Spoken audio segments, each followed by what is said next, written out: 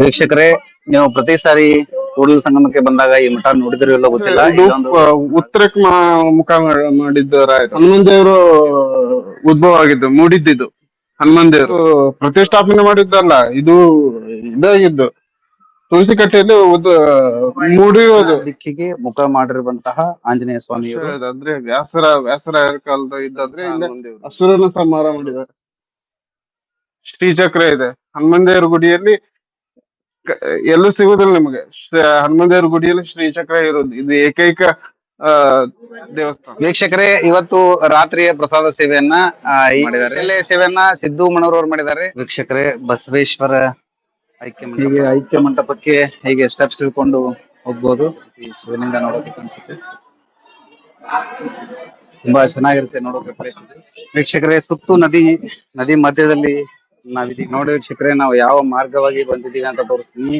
ಈ ಒಂದು ಬ್ರಿಡ್ಜ್ ಮೇಲೆ ನಾವು ಬಂದಿರೋದು. ಬೆಳಗ್ಗೆ ದೇವಸ್ಥಾನದ ದರ್ಶನದ ನಂತರ ಎಲ್ರಿಗೂ ಇಲ್ಲಿ ಟಿಫಿನ್ ವ್ಯವಸ್ಥೆ ಮಾಡಲಾಗಿರುತ್ತದೆ. ಕಾಂಟ್ರಾಕ್ಟರ್ ಆದಂತಹ ರಾಯನಗೌಡ ತಾತರೆಡ್ಡಿ ಅವರು ಈ ಒಂದು ಟಿಫಿನ್ ಸೇವೆ ನೀಡಿರ್ತಾರೆ. ಇಲ್ಲಿಗೆ ಈ ಒಂದು ಏನು ಪಾದಯಾತ್ರೆ ಸೇವೆ ಇತ್ತು, ಈ ಪಾದಯಾತ್ರೆ ಸೇವೆ ಅಂತ್ಯ ಆಗುತ್ತೆ ಇಲ್ಲಿಗೆ.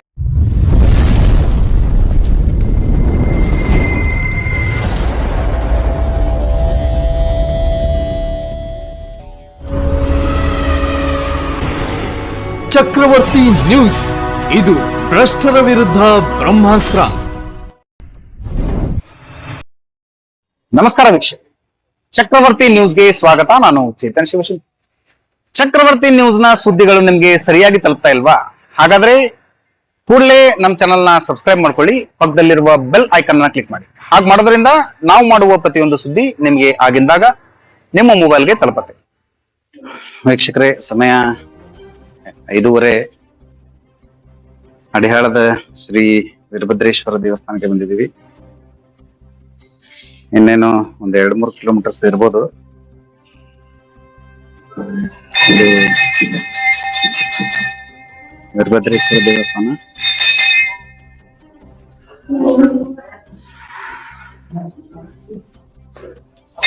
ನಮ್ಮ ವೀಕ್ಷಕರೆಲ್ಲರೂ ದರ್ಶನ ಮಾಡಿ ಅಂತ ಈ ಒಂದು ದೇವಸ್ಥಾನವನ್ನ ತೋರಿಸ್ತಾ ಇದ್ದೀನಿ. ಎಲ್ಲಾ ಪಾದಯಾತ್ರಿಗಳು ಸಹಿತ ದರ್ಶನ ಮಾಡಿಕೊಂಡು ಹೊರಡ್ತಾ ಇದ್ದಾರೆ.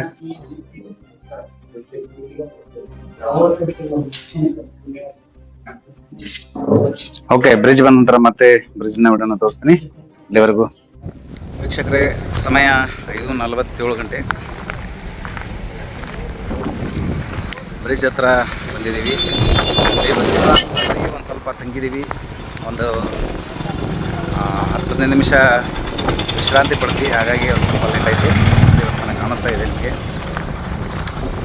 ವಿಶ್ರಾಂತಿ ಪಡೆಯೋರು ವಿಶ್ರಾಂತಿ ಪಡಿತಾ ಇದ್ದಾರೆ. ಈಗ ಬ್ರಿಡ್ಜ್ ಮೂಲಕ ಹೋಗಿ ಸಂಗಮನಾಥನ ದರ್ಶನ ಪಡ್ಕೊಂಡು ಇವತ್ತು ಸ್ಟೇ ಮಾಡ್ತೀವಿ. ಸ್ಟೇ ಮಾಡೋರು ಇಲ್ಲೇ ಹೀಗೆ ಸ್ಟೇ ಮಾಡಿದ್ದಾರೆ. ಹತ್ತತ್ರ ಬಂದಂಗೆ ಸ್ವಲ್ಪ ಕಾಲು ನೋವು, ಕೈ ನೋವೆಲ್ಲ ಮಾಯ ಆಗಿಬಿಡುತ್ತೆ. ಏನೂ ಗೊತ್ತಿಲ್ಲ, ದೇವ್ರ ಮಹಿಮೆ ಇದು. ನಾವೆಲ್ಲೇ ಪಾದಯಾತ್ರೆ ಹೋಗ್ಬೇಕಾದ್ರೂ ಕೂಡ ಏನು ದೇವಸ್ಥಾನದ ಹತ್ತತ್ರ ಬಂದ್ಬಿಡ್ತೀವಿ. ಮೈ ಕೈ ನೋವು, ಕಾಲು ನೋವು ಎಲ್ಲ ಮಾಯ ಆಗಿ ಇನ್ನೇನು ಹೊಸ ಚೈತನ್ಯ ಬರುತ್ತೆ. ಅಷ್ಟೊಂದು ಈ ಪಾದಯಾತ್ರೆಯಲ್ಲಿ ಶಕ್ತಿ ಇದೆ. ಓಕೆ, ದೇವಸ್ಥಾನದ ಹತ್ರ ಹೋದ ನಂತರ ಮತ್ತೆ ನಿಮಗೆ ದೇವಸ್ಥಾನದ ಕೆಲವಿಷ್ಟು ಫುಟೇಜಸ್ಗಳನ್ನು ತೋರಿಸ್ತೀನಿ. ಅಲ್ಲಿವರೆಗೂ ವೀಕ್ಷಕರೇ, ಸಮಯ ಸಾಯಂಕಾಲ 6 ಗಂಟೆ. ಈಗ ನಾವು ಸಂಗಮನಾಥನ ದರ್ಶನಕ್ಕೆ ಹೋಗ್ತಾ ಇದೀವಿ. ದರ್ಶನಕ್ಕೆ ಹೋಗಿ ದರ್ಶನ ಮಾಡ್ಕೊಂಡು ಆಮೇಲೆ ನಮ್ಮ ಊರಿನವರು ಎಲ್ಲಿ ತಂಗಿರ್ತಾರೆ ಅಲ್ಲಿ ತಂಗಕ್ಕೆ ಹೋಗ್ತೀವಿ. ನಶಿಕ್ನ ಜಾವ ಅಭಿಷೇಕ ಮಾಡಿಸೋದಿರುತ್ತೆ. ಅಭಿಷೇಕ ಯಾವ ರೀತಿ ಮಾಡ್ತಾರೆ ಎನ್ನುವಂತ ಎಲ್ಲ ತೋರಿಸ್ತೀನಿ. ಬಳಿಕ ಊರಿಗೆ ಹೊರಡುವವರೆಗೂ ಕೂಡ ಮುಂದಿನ ಭಾಗದಲ್ಲಿ ಪ್ರತಿಯೊಂದು ಮಾಹಿತಿಯನ್ನ ನಿಮ್ಗೆ ತೋರಿಸ್ತೀನಿ. ಅಲ್ಲಿವರೆಗೂ ನೋಡ್ತಾ ಇರಿ ಚಕ್ರವರ್ತಿ ನ್ಯೂಸ್. ವೀಕ್ಷಕರೇ, ನದಿಯಲ್ಲಿ ನೀರು ಈ ತರ ಇದೆ. ಯಾರಾದ್ರೂ ಸ್ನಾನಕ್ಕೆ ದರ್ಶನಕ್ಕೆ ಬರೋರು ಸ್ನಾನ ಮಾಡ್ಕೊಳ್ಳಕ್ಕೆ ಅವಕಾಶ ಇದೆ. ನದಿಯಲ್ಲಿ ಇಲ್ಲಿ ಹತ್ರಕ್ಕೆ ನೀರಿದೆ.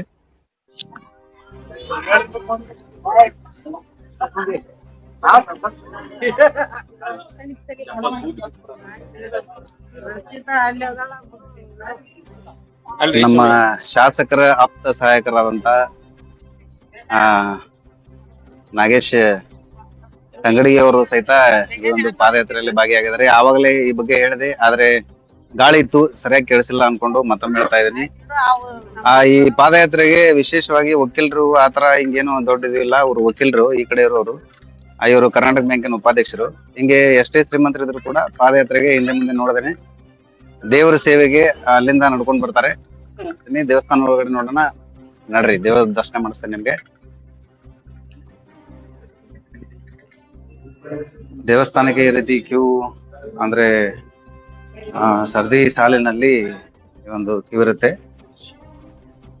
ಈ ದೇವಸ್ಥಾನಕ್ಕೆ ನೇರವಾಗಿ ಪ್ರವೇಶ ಮಾಡ್ಕೊಂಡು ದೇವರ ದರ್ಶನ ತಗೊಂಡು ಮುಂದೆ ಎಲ್ಲಿ ತಂಗುವಂತ ಸ್ಥಳ ಇರುತ್ತೆ ಅಲ್ಲಿ ತಂಗಕ್ ಆಗ್ತೀವಿ. ವೀಕ್ಷಕರೇ, ಎಲ್ರು ಸಂಗಮನಾಥನ ದರ್ಶನ ಮಾಡ್ತಾರೆ.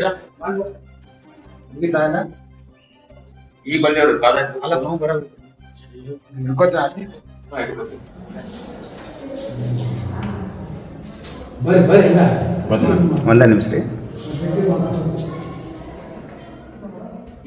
ದೇವರ ದರ್ಶನ ಮುಗಿಸ್ಕೊಂಡು ಎಲ್ರು ಬಂದು ಇಲ್ಲಿ ತಂಗಿದ್ದಾರೆ. ಈ ಬಾರಿ ಒಂದು ವಿಶೇಷ ದರ್ಶನ ಆಯ್ತು ನಮ್ಗೆ. ನಮ್ಮ MLA ಸಾಹೇಬರ ಆಪ್ತ ಸಹಾಯಕರಾದಂತ ನಾಗರಾಜ್ ತಂಗಡಿ ಅವರು ಇರೋದ್ರಿಂದ ನೇರವಾಗಿ ಗರ್ಭಗುಡಿಯಲ್ಲೇನೆ ಹೋಗಿ ನಾವು ನಮಸ್ಕಾರ ಮಾಡುವಂತ ಭಾಗ್ಯ ನಮ್ಗೆಲ್ರೂ ಸಿಕ್ಕಿದೆ. ಹೀಗಾಗಿ ಅವ್ರಿಗೆ ಒಂದು ವಿಶೇಷವಾಗಿ ಧನ್ಯವಾದಗಳನ್ನ ನಾನು ನಮ್ಮ ಚಾನಲ್ ಮೂಲಕ ತಿಳಿಸ್ತೀನಿ. ನಾಗರಾಜ್ ಅವ್ರಿಗೆ ಈ ತರ ವೇಟ್ ಮಾಡಿದ್ದಾರೆ ಎಲ್ರು. ಇನ್ನೂ ಬರೋರು ಇದಾರೆ, ಯಾರು ಬಂದಿದ್ದಾರೆ. ಕೆಲವೊಂದು ಜನ ನಮಸ್ಕಾರ ಮಾಡ್ಕೊಂಡು ಆಗ್ಲೇ ಹೋಗ್ಲಿದ್ದಾರೆ. ಎಲ್ಲಿ ನಾವು ಸ್ಟೇ ಮಾಡ್ತೀವಿ ಆ ಜಾಗದಲ್ಲಿ ಇದಾರೆ. ಇನ್ನು ಕೆಲವೊಂದಿಷ್ಟು ಜನ ಬರ್ತಾ ಇದ್ದಾರೆ. ಬಂದ ತಕ್ಷಣ ಎಲ್ರು ನಮಸ್ಕಾರ ಮಾಡ್ಕೊಂಡು ಮುಂದಿನ ಕಾರ್ಯಕ್ರಮಕ್ಕೆ ಅಣೆ ಹಾಕ್ತೀವಿ.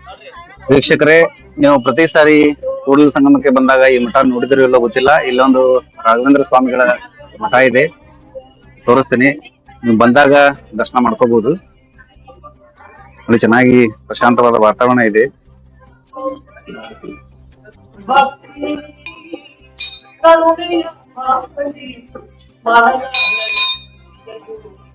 ಬೃಂದಾವನ ಕೂಡ ಮಾಡಿದ್ದಾರೆ ಈ ಮಠದಲ್ಲಿ.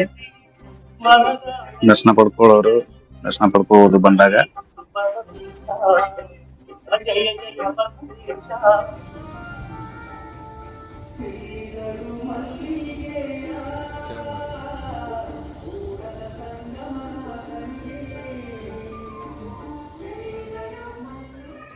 ವೀಕ್ಷಕರೇ, ಒಂದು ವಿಶೇಷವಾದ ಆಂಜನೇಯನ ಮೂರ್ತಿಯನ್ನ ನಿಮಗೆ ತೋರಿಸ್ತಾ ಇದ್ದೀನಿ.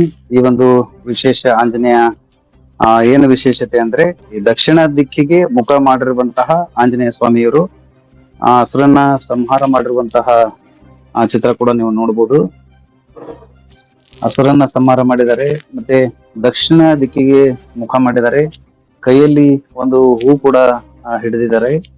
ಇಂತ ಒಂದು ವಿಶೇಷವಾದ ಆಂಜನೇಯ ನಮ್ಮ ಕರ್ನಾಟಕದಲ್ಲಿ ಇಲ್ಲ ಅಂತ ಹೇಳ್ತಾರೆ. ದಯವಿಟ್ಟು ನೀವೆಲ್ಲ ಯಾರು ಕೂಡಲ ಸಂಗಮಕ್ಕೆ ಬಂದಿದ್ದೀರಿ, ಈ ಒಂದು ಆಂಜನೇಯನ ದರ್ಶನ ಮಾಡಿಲ್ಲ ಅಂದ್ರೆ ನೆಕ್ಸ್ಟ್ ಟೈಮ್ ಬಂದಾಗ ಖಂಡಿತವಾಗಿಯೂ ಈ ಒಂದು ಆಂಜನೇಯ ದೇವಸ್ಥಾನವನ್ನ ದರ್ಶನ ಮಾಡ್ಕೊಳ್ಳಿ. ಮತ್ತೆ ಒಂದು ವಿಶೇಷವಾದ ಚಕ್ರ ಇದೆ. ಈ ಚಕ್ರ ಆಲ್ಮೋಸ್ಟ್ ಎಲ್ಲೂ ನೋಡೋಕೆ ಸಿಗೋಲ್ಲ ಅಂತ, ಕರ್ನಾಟಕದಲ್ಲಿನೇ ಸಿಗೋಲ್ಲ ಅಂತ ಹೇಳ್ತಾರೆ. ಈ ಆಂಜನೇಯ ದೇವಸ್ಥಾನವನ್ನ, ಈ ಒಂದು ಆಂಜನೇಯ ದೇವಸ್ಥಾನದಲ್ಲಿ ವಿಶೇಷವಾದಂತಹ ಚಕ್ರ ಇದೆ. ಈ ತರ ಶ್ರೀ ಚಕ್ರ ಇರುವಂತಹ ಆಂಜನೇಯ ಸ್ವಾಮಿಯನ್ನ ಎಲ್ಲೂ ನೋಡೋದಕ್ಕೆ ಸಾಧ್ಯ ಇಲ್ಲ ಅಂತ ನಮ್ಗಿಲ್ಲಿ ಪುರೋಹಿತರು ಹೇಳಿದ್ರು. ಇಂತ ಒಂದು ವಿಶೇಷವಾದಂತಹ ಆಂಜನೇಯನ ದೇವಸ್ಥಾನಕ್ಕೆ ನೀವು ಬಂದಿಲ್ಲ ಅಂದ್ರೆ ಕೂಡಲ ಸಂಗಮಕ್ಕೆ ಬಂದಾಗ ಖಂಡಿತವಾಗಿಯೂ ಈ ಒಂದು ದೇವಸ್ಥಾನಕ್ಕೆ ಭೇಟಿ ನೀಡಿ ಈ ಒಂದು ಆಂಜನೇಯ ಸ್ವಾಮಿಯ ದರ್ಶನವನ್ನ ಏನು ಆಶೀರ್ವಾದವನ್ನ ನೀವೆಲ್ಲರೂ ಪಡ್ಕೊಳ್ಳಿ ಅಂತ ನಾನು ಹೇಳಕ್ ಇಷ್ಟಪಡ್ತೀನಿ.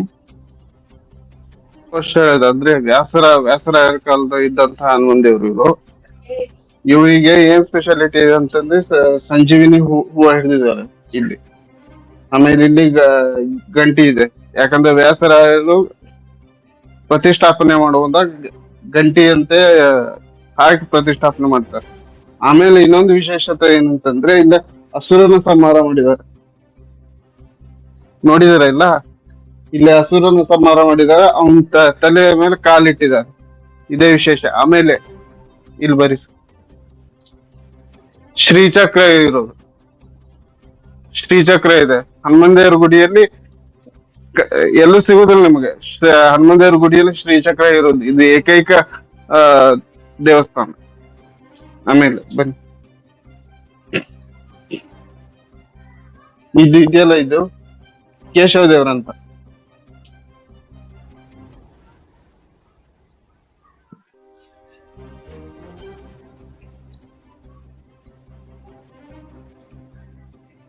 ಕೇಶವ ದೇವರ ಅಂತ ಈಗಿನ ಕಾಲದ ಕಲ್ಲ, 1000 ವರ್ಷದ ಹಳೆಯ ಕಾಲದ ಕಲ್ಲ ನೋಡಿ. ಬೇಕಾದ್ರೆ ಈಗಿನ ಕಾಲದ ಕರೆ ಕಲ್ಲು ಇರುತ್ತೆ, ಆದ್ರೆ ಈಗಿಂದು ಕಾಲಕ್ಕೂ ಹಳೆ ಕಾಲಕ್ಕೂ ವ್ಯತ್ಯಾಸ ಇರುತ್ತೆ. ಹಳೆ ಕಾಲದಲ್ಲಿ ಕೈಲೆ ಕೆತ್ತಿರುತ್ತೆ, ಈಗಿಲ್ಲ ಮಷೀನ್ ಕೆತ್ತ. ಇದು ಉತ್ತರಕ್ಕೆ ಮುಖ ಮಾಡಿದ್ದ ರಾಯರು. ನೀವೆಲ್ಲ ಹಿಂಗ ಸೀದಾ ವೀಣೆ ಬರ್ತ, ಆದ್ರೆ ಇಲ್ಲಿ ಉತ್ತರಕ್ಕೆ ಮಾಡಿರೋದು ಮುಖ. ಆಮೇಲೆ ಇನ್ನೊಂದು ವಿಶೇಷತೆ ಏನಂದ್ರೆ ಇಲ್ಲಿ ಹನುಮಂತ ದೇವರು ಉದ್ಭವ ಆಗಿದ್ದು, ಮೂಡಿದ್ದು ಹನುಮಂತ ದೇವರು. ಹೌದು, ಮೂಡಿರುವಂತ ಹನುಮಂತ ದೇವರು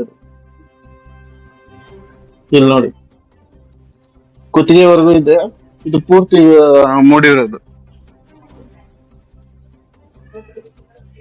ಮೊದಲು ರಾಯರನ್ನ ಪ್ರತಿಷ್ಠಾಪನೆ ಮಾಡಿರೋದ, ಇನ್ನು ಮೊದಲು ಆಂಜನೇಯ ಉದ್ಭವ ಆಗಿರೋದು?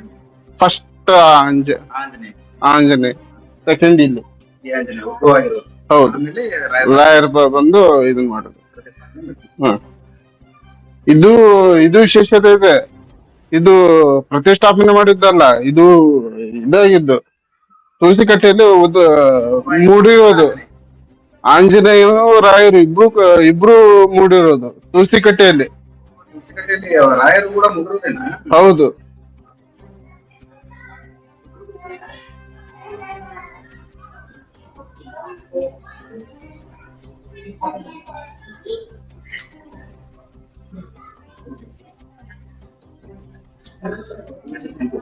ವೀಕ್ಷಕರೇ, ಬಸವೇಶ್ವರ ಐಕ್ಯ ಮಂಟಪ ತುಂಬಾ ಚೆನ್ನಾಗಿ ಹೋಗೋಕೆ ಬರೋಕೆ ವ್ಯವಸ್ಥೆ ಮಾಡಿದ್ದಾರೆ. ಒಬ್ರಿಗೆ 5 ರೂಪಾಯಿ ಟಿಕೆಟ್ ಇರುತ್ತೆ. ನಾವು 5 ಜನ ಬಂದಿದ್ದೀವಿ, 25 ರೂಪಾಯಿ ಕೊಟ್ಟು ಬಂದಿದ್ದೀವಿ. ಒಬ್ರಿಗೆ 5 ರೂಪಾಯಿ ಟಿಕೆಟ್. ಈ ತರ ಬಂದ್ರೆ ನಿಮ್ಗೆ ಒಳಗಡೆ ಬಸವೇಶ್ವರರ ಐಕ್ಯ ಮಂಟಪ ಸಿಗುತ್ತೆ.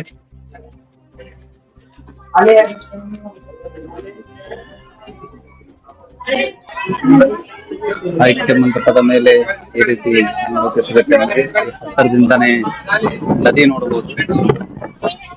ಯಾಮಾರ ಏನಾದ್ರು ಮೊಬೈಲ್ ಬಿಟ್ಬಿಟ್ರೆ ಕೆಳಗಡೆ ಹೋಗ್ಬಿಡುತ್ತೆ. ಐಕ್ಯ ಮಂಟಪಕ್ಕೆ ಹೋಗ್ಬೇಕಂದ್ರೆ ಈ ರೀತಿ ಹೋಗ್ಬೋದು. ಈ ಒಂದು ಐಕ್ಯ ಮಂಟಪಕ್ಕೆ ಹೋಗ್ಬೇಕಂದ್ರೆ ಇಷ್ಟು ಸ್ಟೆಪ್ಸ್ ಇರುತ್ತೆ. ಒಳಗಡೆ ಮೇಲಿಂದ ನೋಡಿದ್ರೆ ಕಾಣಿಸುತ್ತೆ, ಕೆಳಗಡೆ ಕಾಣಿಸೋದಿಲ್ಲ. ಸ್ವಲ್ಪ ಕತ್ಲು ಕಾಣಿಸುತ್ತೆ ನೋಡಿ. ಹೀಗೆ ಐಕ್ಯ ಮಂಟಪಕ್ಕೆ ಹೀಗೆ ಸ್ಟೆಪ್ಸ್ ಇಳ್ಕೊಂಡು ಹೋಗ್ಬೋದು. ಇಲ್ಲಿ ಕೆಳಗಡೆ ಐಕ್ಯ ಮಂಟಪದಲ್ಲಿ ಏನಿರುತ್ತೆ ಅನ್ನೋದು ಕೂಡ ತೋರಿಸ್ತೀನಿ.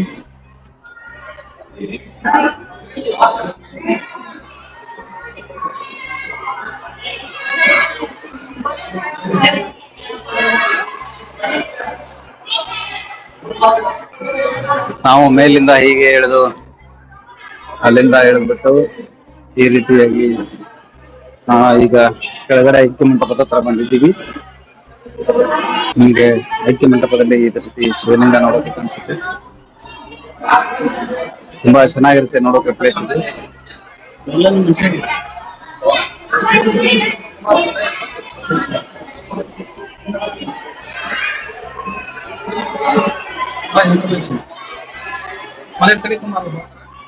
ಯಾರಿಗೆ ಇಲ್ಲಿಗೆ ಬರೋಕೆ ಆಗಲ್ಲ, ಇಲ್ಲಿಂದಾನೇ ದರ್ಶನ ಮಾಡ್ಕೊಂಡ್ಬಿಡಿ.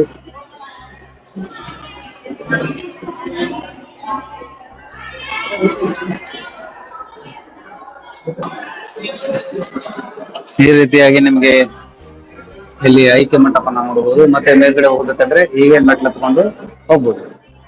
ಯಾರೆಲ್ಲ ಇಲ್ಲಿ ಕೂಡಸಂದ್ರ ಬಂದಾಗ ಈ ಒಂದು ಐಕ್ಯ ಮಂಟಪವನ್ನ ನೋಡಿಲ್ಲ, ದಯವಿಟ್ಟು ಬನ್ನಿ, ನೋಡ್ಕೊಳ್ಳಿ, ಶಿವನ ದರ್ಶನ ಮಾಡ್ಕೊಳ್ಳಿ ಅಂತ ಕೇಳ್ಕೊತೀನಿ.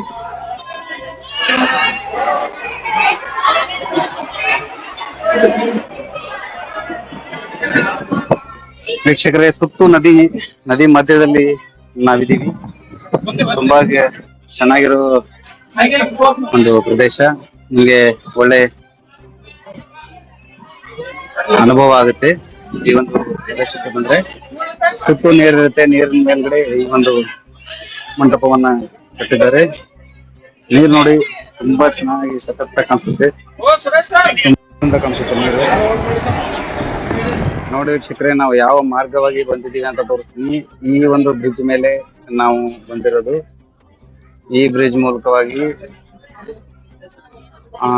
ಈ ಒಂದು ಏನೋ ಗಿಡಗಳು ಕಾಣಿಸ್ತಾ ಇದೆ, ಆ ಗಿಡಗಳ ಹಿಂದೆ ಒಂದು ರಸ್ತೆ ಬರುತ್ತೆ. ಆ ರಸ್ತೆ ಮೂಲಕ ಮುಂದೆ ಈ ಬ್ರಿಡ್ಜ್ ಬಂದು ಟಚ್ ಆಗ್ತೀವಿ. ಈ ಬ್ರಿಡ್ಜ್ ಮೇಲೆಯಿಂದ ನಡ್ಕೊಂಡು ಬಂದು ಸಂಗಮನಾಥನ ದೇವಸ್ಥಾನಕ್ಕೆ ತಲುಪ್ತೀವಿ.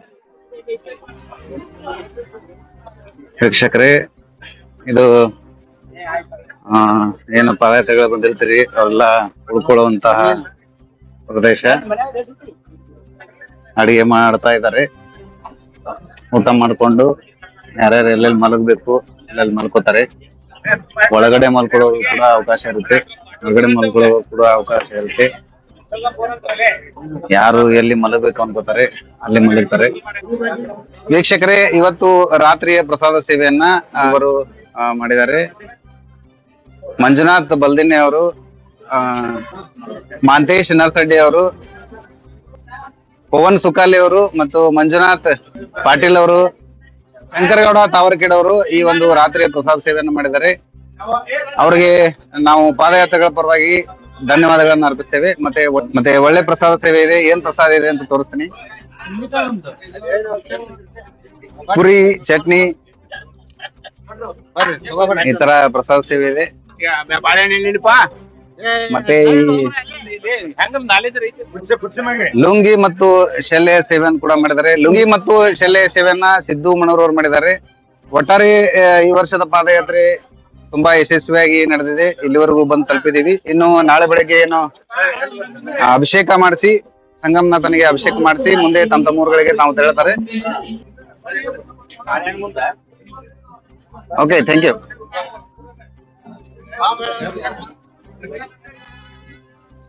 ಸಮಯ ಸೋಮವಾರ ಬೆಳಿಗ್ಗೆ 5 ಗಂಟೆ. ಈಗ ಮಲಗಿರ್ತೀವಿ. ಈ ಯಾತ್ರಿ ನಿವಾಸದ ಹೊರಗಡೆ ಒಂದಿಷ್ಟು ಜನ ಮಲಗಿದ್ದಾರೆ. ಇನ್ನು ಏನು ಯಾತ್ರಿ ನಿವಾಸಗಳಿದೆ ದೊಡ್ಡದಾಗಿ, ಅಲ್ಲಿ ಕೆಲವೊಂದು ಜನ ಮಲಗಿರ್ತಾರೆ. ತೋರಿಸ್ತೀನಿ ಒಳಗಡೆ ಯಾವ ರೀತಿ ಮಲಗಿರ್ತಾರೆ ಅಂತ. ದೊಡ್ಡದಾಗಿ ಹಾಲ್ ಇದೆ, ಈ ಹಾಲಲ್ಲಿ ಎಲ್ಲ ಮಲ್ಕೊಳ್ಳೋದು ನೋಡಿ ಯಾವ ರೀತಿ ಮಲಗಿದ್ದಾರೆ.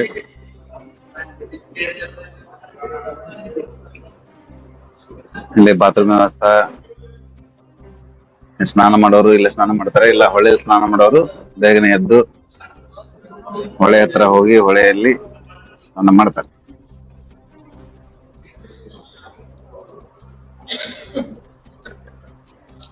ನೋಡಿ ಎಷ್ಟು ಶಿಸ್ತಾಗಿ ವ್ಯವಸ್ಥೆ ಮಾಡಿದ್ದಾರೆ.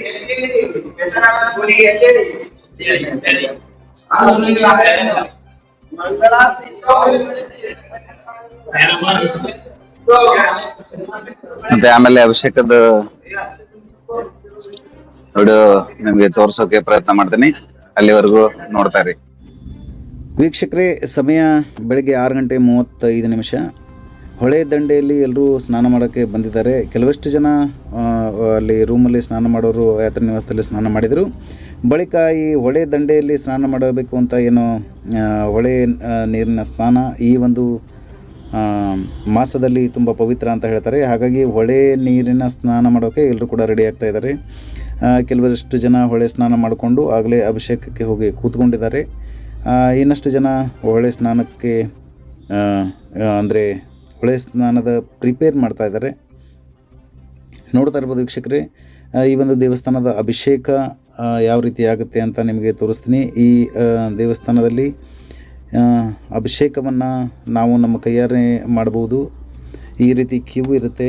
ಈ ಕ್ಯೂವನ್ನು ಮೂಲಕ ನಾನು ಅಂದರೆ ಗರ್ಭಗುಡಿಯ ದೇವರ ಆಶೀರ್ವಾದವನ್ನು ಪಡೆದುಕೊಂಡು ಬಳಿಕ ಬಂದು ಇಲ್ಲಿ ಕೂತ್ಕೊಂಡು ನಾವು ಅಭಿಷೇಕವನ್ನು ಮಾಡಬಹುದು.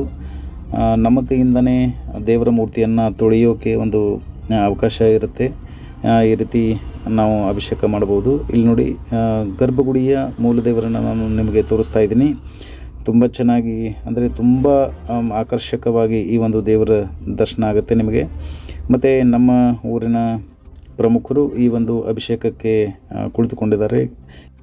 ಪಾದಯಾತ್ರಿಗಳು ಎಲ್ಲರೂ ಇಲ್ಲಿ ಒಂದು ಅಭಿಷೇಕಕ್ಕೆ ಕುಳಿತುಕೊಳ್ಳೋಕ್ಕೆ ಆಗೋದಿಲ್ಲ ಅಂದ್ಬಿಟ್ಟು ಕೆಲವಿಷ್ಟು ಪ್ರಮುಖರು ಕುಳಿತುಕೊಂಡಿರ್ತಾರೆ. ನೋಡ್ತಾ ಇರ್ಬೋದು ವೀಕ್ಷಕರೇ, ಯಾವ ರೀತಿ ಈ ಒಂದು ಅಭಿಷೇಕದ ಕಾರ್ಯ ನಡೀತಾ ಇರುತ್ತೆ ಅಂತ. ದೇವರ ಮೂರ್ತಿಯನ್ನು ನಮ್ಮ ಸ್ವತಃ ಕೈಯಾರೇನೆ ನಾವು ದೇವರ ಮೂರ್ತಿಯನ್ನು ತೊಳಿಬಹುದು.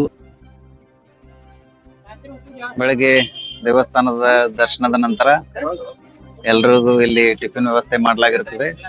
ನಾಲ್ಕದ ಕಾಂಟ್ರಾಕ್ಟರ್ ಆದಂತಹ ರಾಯನಗೌಡ ತಾತರೆಡ್ಡಿ ಅವರು ಈ ಒಂದು ಟಿಫಿನ್ ಸೇವೆ ನೀಡಿರ್ತಾರೆ. ಇಲ್ಲಿಗೆ ಈ ಒಂದು ಏನು ಪಾದಯಾತ್ರೆ ಸೇವೆ ಇತ್ತು, ಈ ಪಾದಯಾತ್ರೆ ಸೇವೆ ಅಂತ್ಯ ಆಗುತ್ತೆ. ಇಲ್ಲಿಗೆ ಈ ಟಿಫಿನ್ ಆದ್ಮೇಲೆ ಬಸ್ ಬರುತ್ತೆ. ಇಲ್ಲಿಗೆ ಮುದ್ದೇಬೇಳದಿಂದ ವಿಶೇಷವಾಗಿ ಬಸ್ ಅನ್ನ ಬಿಡಿಸಿರ್ತಾರೆ.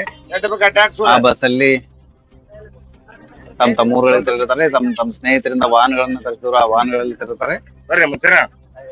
ಇದು ಈ ಒಂದು ಪಾದಯಾತ್ರೆ ವಿಶೇಷ ಆಗಿತ್ತು.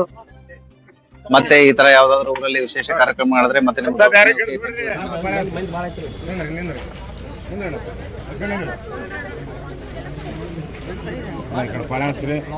ಯಾರು ಗದ್ದಲ ಮಾಡ್ಬೇಡ್ರಿ. ನೋಡಿದ್ರಲ್ಲ ವೀಕ್ಷಕರೇ, ಈ ರೀತಿಯಾಗಿ ಪ್ರತಿ ವರ್ಷ ಕೂಡ ಪಾದಯಾತ್ರೆ ಮಾಡ್ತಾರೆ. ಮುದ್ದೇಬಿಹಾಳದಿಂದ ಈ ಪಾದಯಾತ್ರೆ ನಡೀತಾ ಇರೋದು 4 ವರ್ಷಗಳಾಯಿತು. 4 ವರ್ಷಗಳಿಂದ ತಮ್ಮ ಭಕ್ತಿಗಿರುವರು ತಮ್ಮ ತನು ಮನ ಧನದಿಂದ ಸೇವೆಯನ್ನು ಅರ್ಪಿಸ್ತಾರೆ. ಈ ವರ್ಷ ಯಾರೆಲ್ಲ ಸೇವೆ ಕೊಟ್ಟಿದ್ರು ಅಂತ ಮತ್ತೊಮ್ಮೆ ಹೇಳ್ತೀನಿ ನೋಡಿ ವೀಕ್ಷಕರೇ. ಟಿಫಿನ್ ವ್ಯವಸ್ಥೆಯನ್ನು ಕುಂಬಾರ್ ಸಮಾಜದ ವತಿಯಿಂದ ಗಂಗೂರು ಕ್ರಾಸ್ ಹತ್ತಿರ ಮಹಂತೇಶ್ ಕುಂಬಾರ್ ಅವರ ಇಟ್ಟಂಗಿ ಬಟ್ಟೆಯಲ್ಲಿ ಒಂದು ಸೇವೆ ಕೊಡಲಾಗಿತ್ತು. ಮಧ್ಯಾಹ್ನದ ಊಟದ ವ್ಯವಸ್ಥೆಯನ್ನು ತಂಗಡಗಿಯ ಶ್ರೀ ಚರ್ಲಿಂಗೇಶ್ವರ ಮಠದಲ್ಲಿ ಚರ್ಲಿಂಗೇಶ್ವರ ಮಠದ ಕಮಿಟಿಯ ವತಿಯಿಂದ ಸೇವೆ ಕೊಡಲಾಗಿತ್ತು. ರಾತ್ರಿ ಊಟದ ವ್ಯವಸ್ಥೆಯನ್ನು ಕೂಡಲ ಸಂಗಮದಲ್ಲಿ ಮಾಂತೇಶ್ ನರಸರೆಡ್ಡಿ, ಮಂಜು ಪಾಟೀಲ್, ಪವನ್ ಸುಕಾಲಿ ಮತ್ತು ಮಂಜು ಬಲದಿನ್ನಿ ಅವರಿಂದ ಮಾಡಲಾಗಿತ್ತು. ಶಾಲು ಮತ್ತು ಲುಂಗಿಯ ವ್ಯವಸ್ಥೆಯನ್ನು ಕೂಡ ಮಾಡಲಾಗಿತ್ತು, ಅದು ಗುಪ್ತವಾಗಿದೆ. ಪಾದಯಾತ್ರಿಗಳ ಸಾಮಗ್ರಿ ಸಾಗಿಸಲು ಆಟೋ ಬಾಡಿಗೆ ವ್ಯವಸ್ಥೆಯನ್ನು ವೀರೇಶ್ ಅವರಿಂದ ಮಾಡಲಾಗಿತ್ತು. ಕೂಡಲ ಸಂಗಮದಲ್ಲಿ ರಾತ್ರಿ ತಂಗಲು ವ್ಯವಸ್ಥೆಯನ್ನು, ಮಂಗಲ ಮಂಟಪದ ಬಾಡಿಗೆ ಮತ್ತು ಆಸನದ ವ್ಯವಸ್ಥೆಯನ್ನು ಭರತ್ ಭೋಸ್ಲೆ ಅವರು ಸೇವೆಯಾಗಿ ನೀಡಿದರು. ಅಭಿಷೇಕಕ್ಕೆ ಬೇಕಾಗುವ ಸಾಮಗ್ರಿಯ ವ್ಯವಸ್ಥೆಯನ್ನು ಉಮೇಶ್ ಜತ್ತಿ ಅವರು ಮಾಡಿದರು. ಅಭಿಷೇಕದ ಬಳಿಕ ನಾಷ್ಟಾ ವ್ಯವಸ್ಥೆಯನ್ನು ರಾಯನಗೌಡ ತಾತರೆಡ್ಡಿ ಅವರು ಮಾಡಿದರು. ತಂಪು ಪಾನೀಯಗಳ ಸೇವೆಯನ್ನು ಮಹಂತೇಶ್ ಮೋಟ್ಗೆ ಅವರು ಮಾಡಿದರು. ಕುಡಿಯುವ ನೀರಿನ ಸೇವೆಯನ್ನು ಅಪ್ಪು ಢವಳೇಶ್ವರ್ ಅವರು ಮಾಡಿದರು. ಹೀಗೆ ಪ್ರತಿಯೊಬ್ಬರು ತಮ್ಮ ತಮ್ಮ ಸೇವೆಯಲ್ಲಿ ನಿರತರಾಗಿದ್ದರು. ಈ ಬಾರಿ ಅತ್ಯಂತ ಯಶಸ್ವಿಯಾಗಿ ಈ ಒಂದು ಪಾದಯಾತ್ರೆ ನಡೆದಿದೆ ಅಂತ ಹೇಳಕ್ಕೆ ಇಷ್ಟಪಡ್ತೀನಿ. ಪ್ರತಿ ವರ್ಷ ಈ ರೀತಿ ಪಾದಯಾತ್ರೆ ಸಾಗ್ತಾನೇ ಇರಲಿ. ಇದು 4ನೇ ವರ್ಷ ಈ ವರ್ಷದ ಪಾದಯಾತ್ರೆ. ಇನ್ನೂ 400 ವರ್ಷಗಳವರೆಗೆ ಈ ಒಂದು ಪಾದಯಾತ್ರೆ ನಡೀತಾನೆ ಇರಬೇಕು ಅನ್ನೋದು ನಮ್ಮ ಚಕ್ರವರ್ತಿ ನ್ಯೂಸ್ನ ಆಶಯ. ಎಲ್ರಿಗೂ ಕೂಡ ಧನ್ಯವಾದಗಳು. ಈ ವಿಡಿಯೋ ಎಲ್ರಿಗೂ ಇಷ್ಟ ಆಗಿದೆ ಅಂತ ಅನ್ಕೋತೀನಿ. ಯಾರ್ಯಾರಿಗೆ ಈ ವಿಡಿಯೋಗಳು ಇಷ್ಟ ಆಗಿದೆ ದಯವಿಟ್ಟು ಸಬ್ಸ್ಕ್ರೈಬ್ ಮಾಡುವ ಮೂಲಕ ನಮ್ಮನ್ನು ಪ್ರೋತ್ಸಾಹಿಸಿ. ಒಂದು ಬಾರಿ ಸಬ್ಸ್ಕ್ರೈಬ್ ಮಾಡಿದರೆ ಆಯಿತು. ನಮ್ಮ ಮುಂದಿನ ಅಪ್ಡೇಟ್ಸ್ಗಳು ನಿಮಗೆ ಆಗಿಂದಾಗನೇ ತಲುಪುತ್ತವೆ. ಮತ್ತು ನಿಮ್ಮ ಒಂದು ಸಬ್ಸ್ಕ್ರೈಬು ನಮಗೆ ಇನ್ನಷ್ಟು ವಿಡಿಯೋ ಮಾಡೋದಕ್ಕೆ ಸ್ಫೂರ್ತಿಯನ್ನು ನೀಡುತ್ತವೆ ಅಂತ ಈ ಮೂಲಕ ಹೇಳಕ್ಕೆ ಇಷ್ಟಪಡ್ತೀನಿ. ದಯವಿಟ್ಟು ಲೈಕ್ ಮಾಡಿ, ಶೇರ್ ಮಾಡಿ, ಸಬ್ಸ್ಕ್ರೈಬ್ ಮಾಡುವ ಮೂಲಕ ನಮ್ಮನ್ನು ಬೆಂಬಲಿಸಿ ಅಂತ ತಮ್ಮನ್ನು ಮತ್ತೊಮ್ಮೆ ಕೇಳಿಕೊಂಡು ಈ ಒಂದು ಪಾದಯಾತ್ರೆಯ ಎಪಿಸೋಡನ್ನು ಇಲ್ಲಿಗೆ ಮುಗಿಸ್ತಾ ಇದ್ದೀನಿ. ಧನ್ಯವಾದಗಳು.